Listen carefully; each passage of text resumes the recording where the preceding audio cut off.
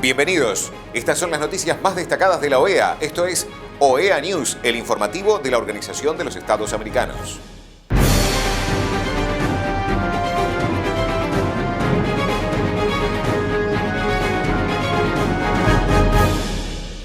Es momento de compartir los títulos de las noticias más importantes que vamos a estar brindando a ustedes.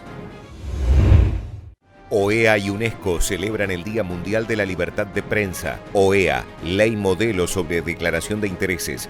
OEA, los derechos de la niñez y la adolescencia ante un nuevo 1 de mayo. Reunión secretario general de la OEA y miembros de la CIDH. Webinar Elecciones en tiempos de pandemia. Colombia, medidas implementadas por el Gobierno Nacional en el sector laboral frente al COVID-19. Sesión informativa de la Organización Panamericana de la Salud sobre COVID-19. La Organización de los Estados Americanos se une a la Organización de las Naciones Unidas para la Educación, la Ciencia y la Cultura en la celebración del Día Mundial de la Libertad de Prensa. En el Día Mundial de la Libertad de Prensa, envío un saludo a las y los comunicadores que permanecen y arriesgan a diario su integridad y su salud para mantener al mundo informado, pese a los riesgos físicos, jurídicos y sanitarios que enfrentan. La pandemia del COVID-19 ha expuesto a los países a grandes desafíos, tanto sanitarios como en el funcionamiento de la sociedad democrática. Los estados debieron adoptar medidas excepcionales para enfrentar el virus que en algunos casos restringen el espacio cívico conquistado. Los periodistas, los medios de comunicación y la plataforma de Internet desempeñan un rol clave para mantenernos informados y mantener la rendición de cuentas sobre la respuesta de los gobiernos. Llamamos a todos los estados miembros de la OEA a tener en cuenta que el artículo 13 de la Convención Americana expresa claramente que el ejercicio de la libertad de expresión no puede estar sujeto a censura previa, a violencia de ningún tipo, ni a restricciones directas o indirectas de ninguna especie. Es importante contar con un sistema de declaración de intereses, ingresos, activos y pasivos para aumentar la transparencia y la confianza de los ciudadanos en la administración pública. La ley modelo sobre declaración de intereses de la Organización de los Estados Americanos propone un esquema para que los estados adopten con el fin de detectar y prevenir los conflictos de intereses. El 1 de mayo de 1886 en la ciudad de Chicago comenzó una huelga en reclamo de la jornada de 8 horas que terminó con la ejecución de un grupo de sindicalistas conocidos desde entonces como los Mártires de Chicago. En conmemoración de estos hechos, desde 1889, el 1 de mayo se celebra en todo el mundo el Día Internacional de los Trabajadores. Es un día de reflexión y de reivindicación, un momento de rememoración histórica que toma sentidos particulares en función de las preocupaciones y propuestas que cada año y en cada momento histórico moviliza a los y las trabajadoras. Sin duda, las celebraciones de este 1 de mayo de 2020 estuvieron marcadas por el contexto de la pandemia, no solo en la forma de celebrar condicionadas por el aislamiento y confinamiento que impiden o limitan las tradicionales concentraciones y manifestaciones públicas, sino y fundamentalmente por las reivindicaciones y propuestas que los y las trabajadoras realizan en el contexto de una crisis mundial sin precedentes. El Instituto Interamericano del Niño, Niña y Adolescente es un organismo especializado en infancia y adolescencia y, como muchas veces hemos dicho, el trabajo es cosa de grandes. Cabe entonces preguntarnos cuál es el sentido que el Día de los Trabajadores tiene desde la mirada de la niñez y los derechos. Los niños, niñas y adolescentes son parte de la sociedad en la que viven y sus condiciones de vida y el acceso a sus derechos están directamente afectados por las situaciones económicas y políticas que atraviesa en conjunto la sociedad.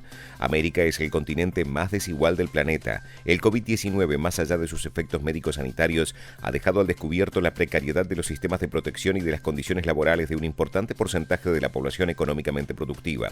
El conjunto de la sociedad vive una situación crítica. La pandemia aparece como la amenaza más visible, pero junto con esta, en el seno de las familias trabajadoras, especialmente las más vulnerables, emerge una realista preocupación por la continuidad del trabajo en todas las ramas de actividad. Los confinamientos sin cuarentena sumergen en la mayor pobreza a aquellas familias que subsisten con base en trabajos informales, para los cuales no existen seguros ni reconocimiento de sus derechos laborales. Se trata de familias que viven al día sin reservas y sin posibilidades de retroceso en sus ínfimos niveles de consumo. La crisis trae mayor precariedad laboral y pérdida de capacidad de negociación por parte de los trabajadores. Esto compromete las capacidades de cuidado y crianza. El trabajo digno y legalmente regulado fortalece las posibilidades de ejercer en forma adecuada los roles adultos, entre ellos los referidos a la protección, supervisión y orientación de los niños y niñas. Cuando no están asegurados los niveles mínimos para una vida digna, los adultos, padres, madres u otros que sirven de referencia no tienen disponibilidad para atención de niños y niñas, para el diálogo, para compartir y jugar con ellos. ellos. Esto lleva a la ausencia de acompañamiento adulto, a la soledad y a la desprotección. En el Día de los Trabajadores, no podemos desconocer a los más de 15 millones de niños y niñas trabajadoras que existen en América Latina. La mitad de ellos tienen entre 6 y 14 años. Se trata de niños menores de 12 años que trabajan en cualquier actividad económica, así como adolescentes de 12 a 17 años y trabajan en actividades peligrosas, ya sea por su naturaleza o por las condiciones en que se desempeñan. A esto debemos sumar a los niños y las niñas sometidos a las peores formas de trabajo infantil, tales como la esclavitud, el reclutamiento forzado, la prostitución, la trata, la venta de drogas, la obligación de realizar actividades ilegales o la exposición a cualquier tipo de peligros. Las organizaciones que promueven y protegen los derechos de la niñez tienen cierto acuerdo en la necesidad de erradicar el trabajo infantil. Sin embargo, en las Américas existen razones estructurales que hacen que el trabajo infantil sea una necesidad para muchas familias que viven en la pobreza extrema, en especial aquellos hogares monoparentales liderados por mujeres. Detrás de cada niño trabajador existe una familia pauperizada que subsiste con base en tareas informales y que requiere del aporte de los niños y niñas para su sobrevivencia. La crisis y la precarización laboral aumentarán el número de familias en estas condiciones, lo que a su vez incrementará el contingente de niños y niñas que desde edades muy tempranas deben procurar su sustento y aportar a las de sus familias. Ante esta situación determinada estructuralmente pero incrementada por la crisis, los niños trabajadores cuentan con organizaciones que se movilizan por la mejora de sus condiciones laborales y por la defensa de su dignidad. En ese sentido, los niños y niñas trabajadoras han reclamado a los estados y las organizaciones internacionales que se interprete el artículo 32 de la CDN, que dice que todo niño, niña y adolescente debe ser protegido contra toda forma de explotación laboral y económica, reconociendo que el niño puede trabajar en un espacio protegido. El INOEA destacó el 1 de mayo como una oportunidad para visibilizar la situación de los niños trabajadores y las familias que ante la crisis ven amenazadas sus condiciones de vida, su dignidad y sus derechos, y escuchar sus propuestas. El secretario general de la OEA, Luis Almagro, se reunió con la Comisión Interamericana de Derechos Humanos para tratar la situación regional en el contexto del COVID-19. Durante el encuentro conversaron sobre la necesidad de seguir atentos para proteger libertades públicas, prevenir violaciones de derechos y atender las necesidades de los grupos más vulnerables a la enfermedad y a la recesión que la acompaña.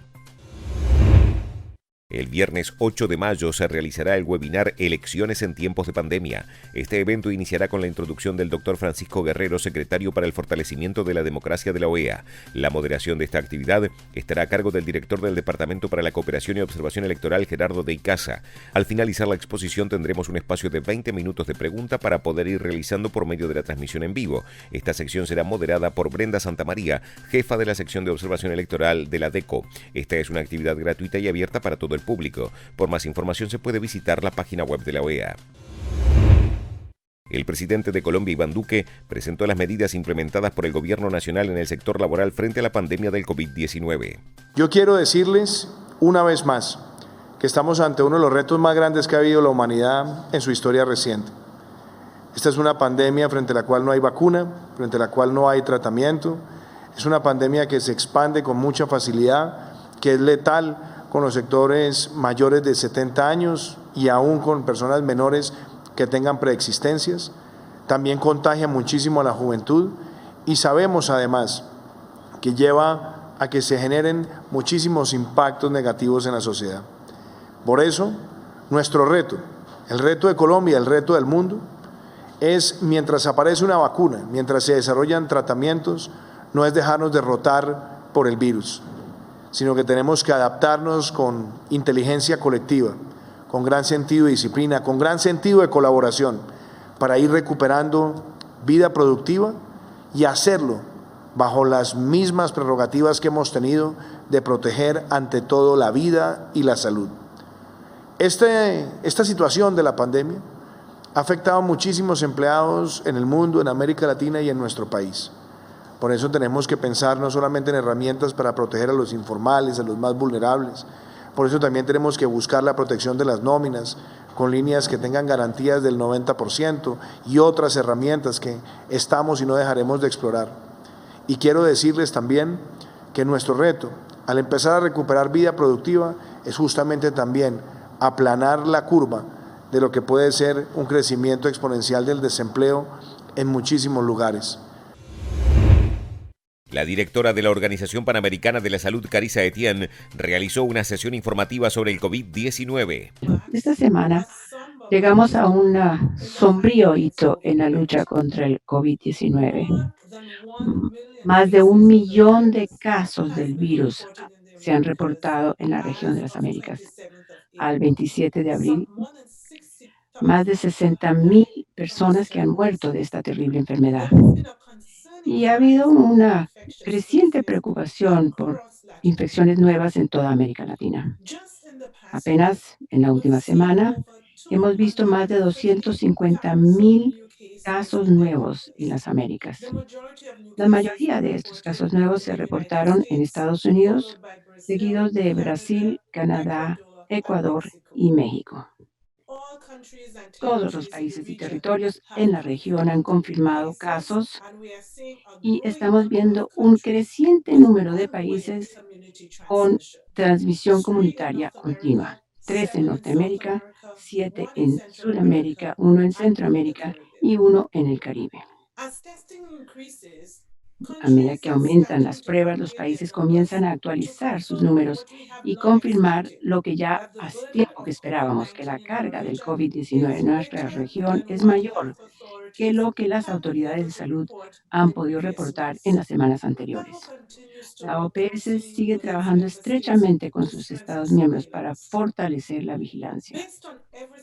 En base a todo lo que sabemos, es vital que los países refuercen sus medidas de protección ahora y utilicen todas las herramientas que tengan a su disposición. Esto incluye las intervenciones de salud pública comprobadas como el distanciamiento social, las pruebas, el aislamiento de los casos y el rastreo de contactos. Esta situación con el COVID-19 sería muy diferente si tuviéramos una vacuna eficaz contra esta enfermedad. Algunas de las mejores mentes de nuestra región y del mundo están dedicadas a desarrollar una vacuna para este coronavirus nuevo. Y estamos alentados por la colaboración sin precedentes en este objetivo científico compartido. Esta semana, sin embargo, es la semana de vacunación en las Américas, momento de promover y celebrar el poder de salvar las vidas que tienen las vacunas. Y en el 2020 lo abordamos con una sensación de urgencia aguda. Hasta que no tengamos disponible una vacuna contra el COVID-19, las vacunaciones pueden y deben administrarse a través de los servicios de salud junto con la respuesta al COVID-19. Y les explico por qué. Primero, debemos vacunar para proteger a los trabajadores de salud, las personas mayores y las poblaciones vulnerables de otras enfermedades respiratorias como la influenza o el neumococos, que pueden también llevar a mayor hospitalizaciones y quizá más difíciles de diagnosticar dentro del contexto del COVID-19. Segundo, si nos retrasamos con las vacunaciones de rutina, especialmente con los niños, corremos el riesgo de brotes, superando a los hospitales y clínicas con enfermedades prevenibles, además del COVID-19. El impacto en nuestro sistema de salud tomaría meses o años para revertir. Esta región ha demostrado una gran capacidad de asegurar que su gente sea vacunada y debemos mantener esta capacidad ahora. Pero además, tenemos que asegurarnos de que estemos listos para poder administrar la vacuna contra el COVID-19. Estas han sido las noticias más relevantes de la OEA, la Organización de los Estados Americanos. Esto ha sido OEA News. Nos reencontramos en la próxima jornada.